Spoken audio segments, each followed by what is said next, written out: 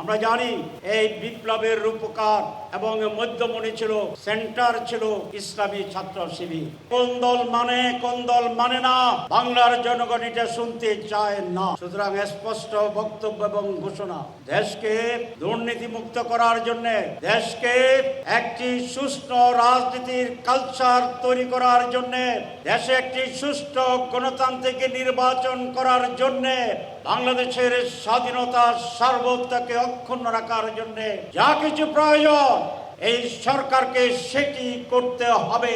না হলে জনগণের সাথে বিশ্বাসঘাতকতা হিসাবে, শহীদদের সাথে বিশ্বাসঘাতক হিসাবে যারা রক্ত দিয়েছেন, ত্যাগ করেছেন, তাদের সাথে বিশ্বাসঘাতক হিসাবে ইতিহাস আপনাদেরকে চিহ্নিত করবে।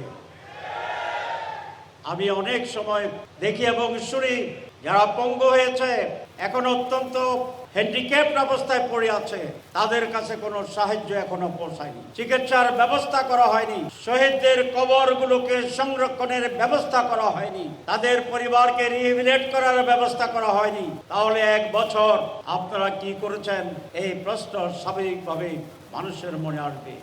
আমি এই সকল বিষয়ে দ্রুত পদক্ষেপ গ্রহণ করার জন্য অনুরোধ জানাতে চাই। ইতিহাস সত্যকে উদ্ঘাটন করে সবসময়, দেরিতে হোক বা পরে হোক। যাদের যতটুকু কন্ট্রিবিউশন, আমরা জানি এই বিপ্লবের রূপকার এবং মধ্যমণি ছিল, সেন্টার ছিল ইসলামী ছাত্র শিবির। আজকে সেই ছাত্র শিবিরকেই এই সরকারের পক্ষ থেকে যথার্থভাবে মূল্যায়ন করা হচ্ছে না।